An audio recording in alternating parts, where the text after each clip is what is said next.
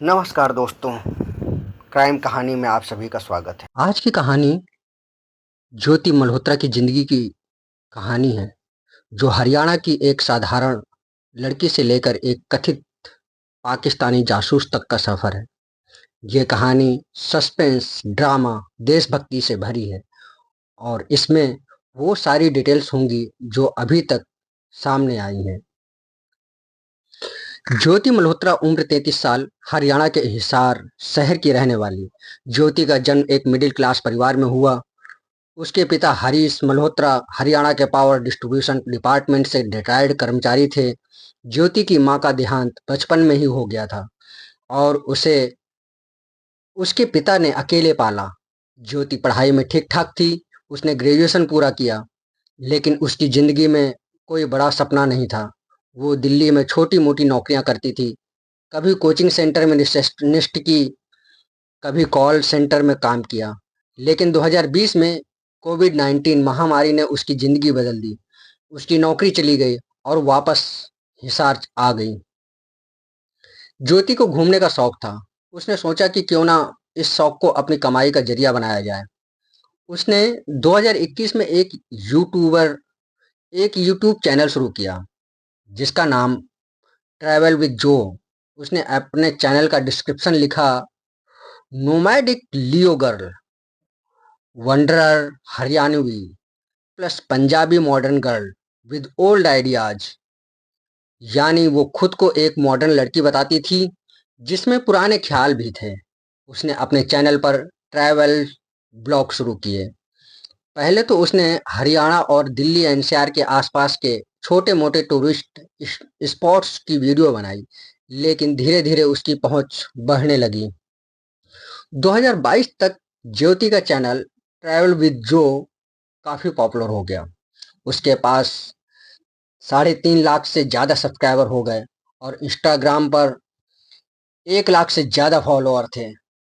उसने भारत के कई हिस्से में ट्रैवल करना शुरू किया, कश्मीर, हिमाचल, राजस्थान, गोवा। उसने कश्मीर में डल झील पर शिकारा राइड की वीडियो बनाई, जिसमें वो खूबसूरत लहंगे में नाचती हुई दिखी।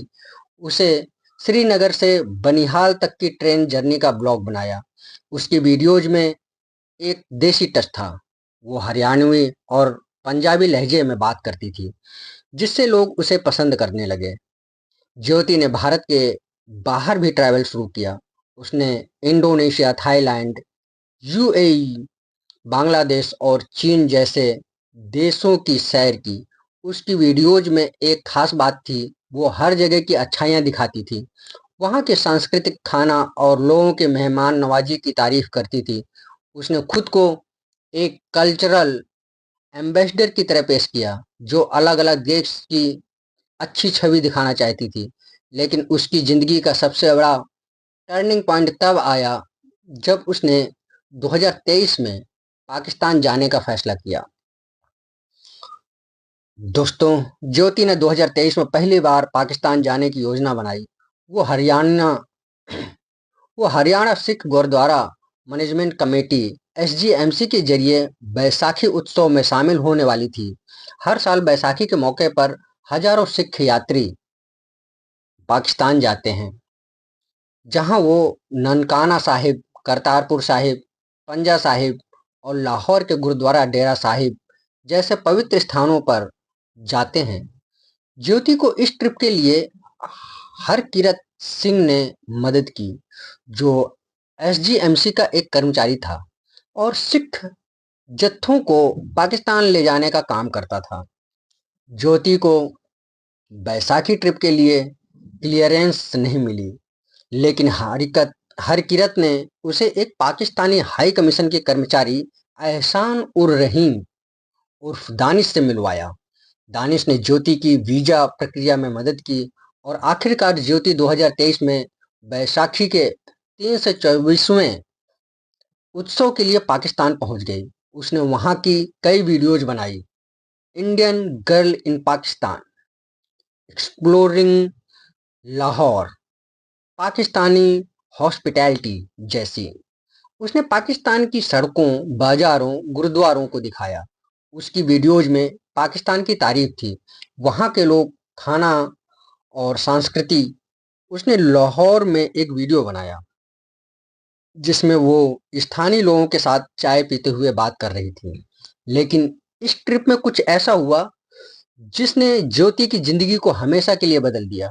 दानिश ने ज्योति को ज्योति को अपने एक दोस्त अली अहवान से मिलाया। अली ने ज्योति की पाकिस्तान में रहने की व्यवस्था की और उसे कई जगहों पर घुमाया। जांच एजेंसियों के मुताबिक अली और दानिश दोनों पाकिस्तानी इंटेलिजेंस ऑपरेटिव पीआईओएस से जुड़े थे।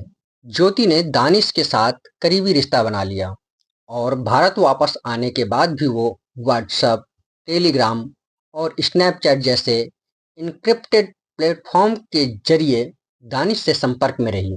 उसने दानिश का नंबर अपने फ़ोन में जट रंधावा जैसे फर्जी नाम से सेव किया ताकि कोई शक न करे।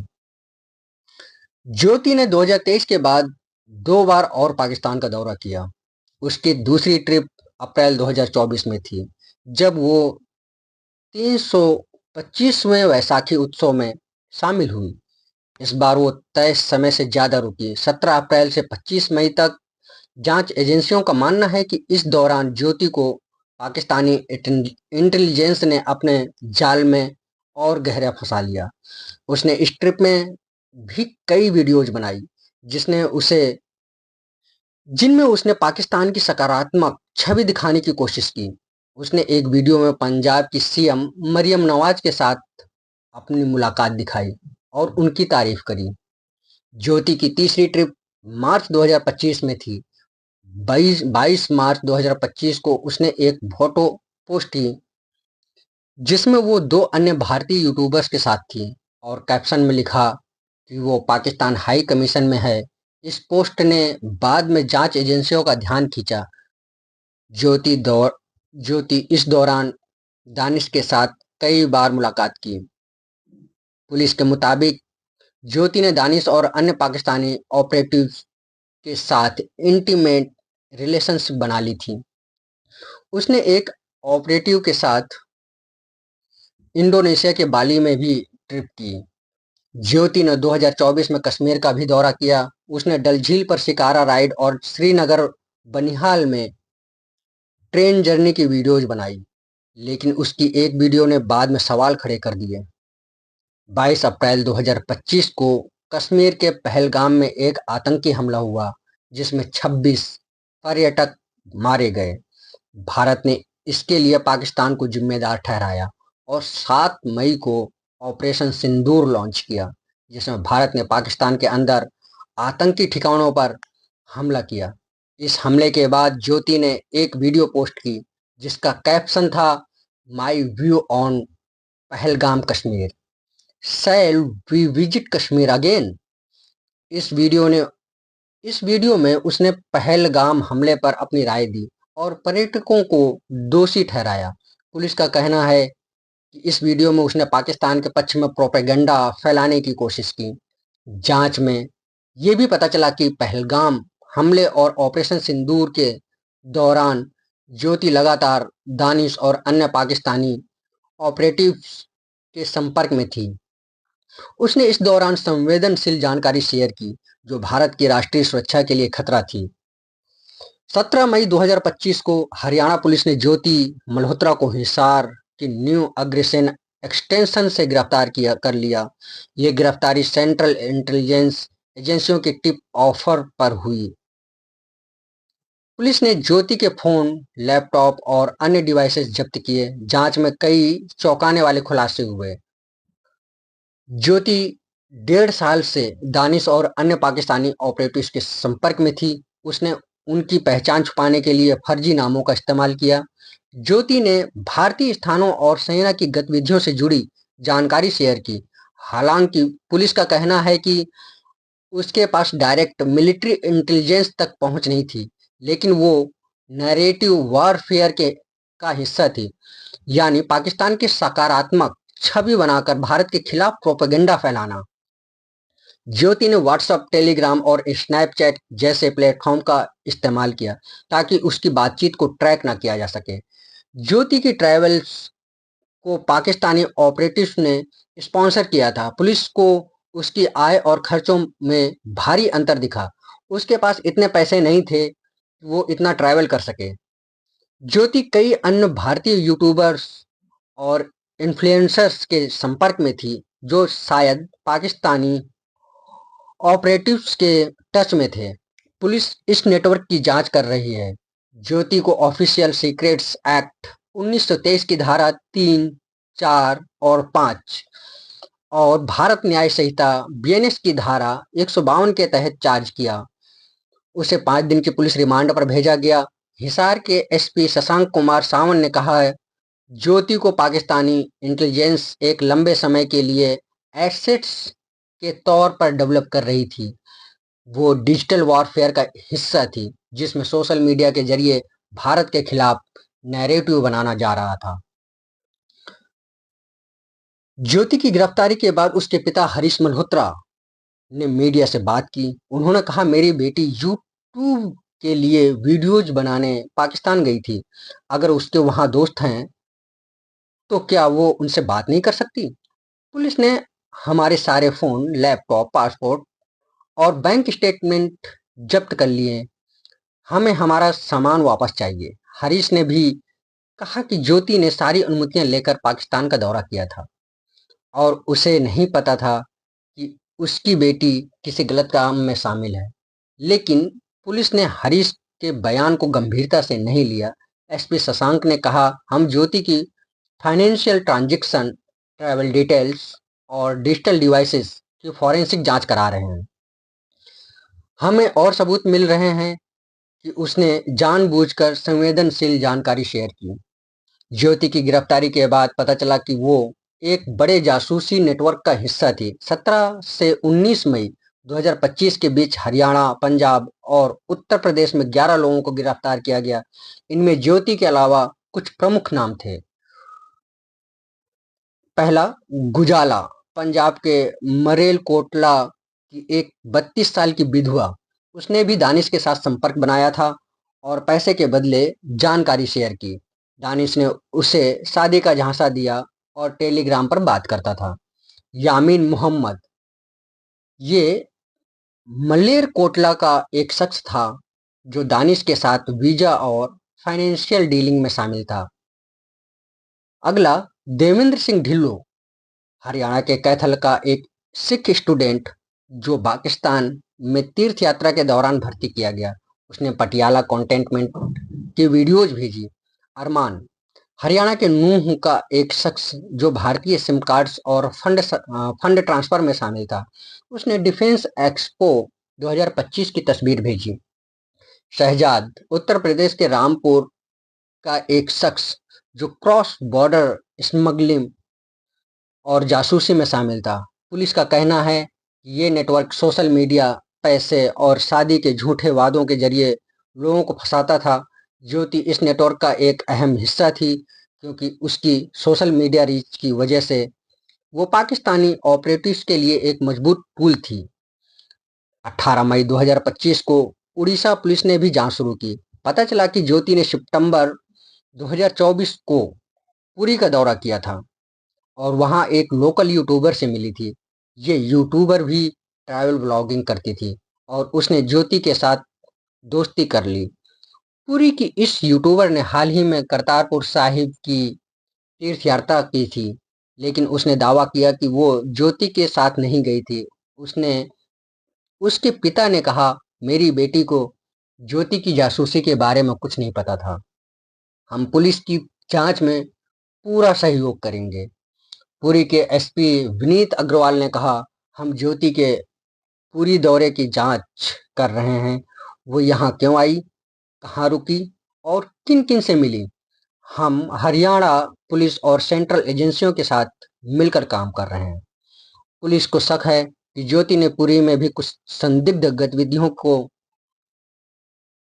19 मई 2025 को खबर आई कि ज्योति का case national investigation agency NIA को ट्रांसफर किया जा सकता है। एनआईए ने ज्योति से पूछताछ की और उसके डिजिटल डिवाइसेस की फॉरेंसिक जांच शुरू की। पुलिस ने कहा कि ज्योति में कोई पछतावा नहीं दिखा। उसने अपने पहलगाम हमले वाले वीडियो का बचाव करते हुए कहा कि वो अपनी फ्रीडम ऑफ स्पीच का इस्तेमाल कर रही थी। जांच में ये भी सामने आया कि ज्योति का इस्तेमाल डिजिटल वॉरफेयर के लिए किया जा रहा था। एसपी शशांक ने कहा, आज की जंग सिर्फ बॉर्डर पर नहीं लड़ी जाती। Pakistan agents social media influencer का इस्तेमाल करके भारत के खिलाफ नैरेटिव बना रहे हैं। ज्योति इसका एक टूल थी। ज्योति की वीडियोज में पाकिस्तान की तारीफ और भारत की आलोचना को एक सॉफ्ट पावर स्ट्रेटजी माना गया, जिसका मकसद भारत की डिजिटल युवा पीढ़ी को प्रभावित करना था। ज्योति की गिरफ्तारी ज्योति की गिरफ्तारी ने 2010 के माधुरी गुप्ता जासूसी केस की याद दिलाता है। माधुरी गुप्ता एक भारतीय डिप्लोमेट थी जो इस्लामाबाद में इंडियन हाई कमीशन में सेकेंड सेक्रेटरी थी। उन्हें भी पाकिस्तानी इंटेलिजेंस के लिए जासूसी करने के आरोप में गिरफ्तार किया गया था। माधुरी को एक आईएसआई ऑफिसर ने हनी ट्रैप में फंसाया था और उसने भारत की विदेश नीति, डिफेंस ऑपरेशंस और 26/11 हमले से जुड़ी जानकारी शेयर की थी। माधुरी को ऑफिशियल सीक्रेट्स एक्ट के तहत सजा हुई और बाद में उसकी मौत हो गई। ज्योति का केस माधुरी से अलग था क्योंकि ज्योति के पास डायरेक्ट मिलिट्री इंटेलिजेंस तक पहुंच नहीं थी, लेकिन दोनों केस में एक समानता थी। पाकिस्तानी ऑपरेटिव्स ने दोनों को इमोशनल और फाइनेंशियल लालच देकर फंसाया। ज्योति के केस ने सवाल खड़ा किया कि क्या सोशल मीडिया इन्फ्लुएंसर को अब जासूसी के लिए टूल के तौर पर इस्तेमाल किया जा रहा है। ज्योति की गिरफ्तारी ऐसे वक्त में हुई जब भारत और पाकिस्तान के बीच तनाव चरम पर था। पहलगाम हमले के बाद भारत ने ऑपरेशन सिंदूर लॉन्च किया और 7 से 10 मई तक दोनों देशों के बीच भारी सैन्य संघर्ष हुआ। 10 मई को अमेरिकी राष्ट्रपति डोनाल्ड ट्रंप की मध्यस्थता से सीज फायर हुआ। इस दौरान ज्योति लगातार दानिश और अन्य ऑपरेटिव्स के संपर्क में थी। 13 मई को भारत ने दानिश को पर्सोना नॉन ग्राटा घोषित करके देश से निकाल दिया। ज्योति की गिरफ्तारी के बाद कई और लोगों को पकड़ा गया जो इस जासूसी नेटवर्क का हिस्सा थे। पुलिस का मानना है कि ज्योति इस नेटवर्क का एक छोटा हिस्सा थी और असली मास्टरमाइंड अभी भी बाहर है। ज्योति मल्होत्रा की गिरफ्तारी ने कई सवाल खड़े किए। लोग हैरान थे कि एक साधारण ट्रैवल ब्लॉगर इतने बड़े जासूसी नेटवर्क का हिस्सा कैसे बन गई। कुछ लोगों ने इसे डिजिटल युग की जासूसी का नया रूप बताया, जहां इन्फ्लुएंसर का इस्तेमाल प्रोपेगेंडा फैलाने के लिए किया जा रहा है। दूसरों ने सवाल उठाया कि क्या ज्योति को जानबूझकर फंसाया गया या वो वाकई एक जासूस थी। सोशल मीडिया पर भी मामले ने तहलका मचा दिया। कुछ यूजर्स ने लिखा, चंद पैसों और फॉलोअर्स की चाह में उसे देश उसने देश बेच दिया। दूसरों ने कहा, पाकिस्तानी हाई कमीशन में दोस्ती, लव जिहाद और फिर देशद्रोह, ये बहुत शर्मनाक है। लेकिन कुछ लोगों ने ज्योति का बचाव भी किया और कहा कि शायद उसे फंसाया गया हो।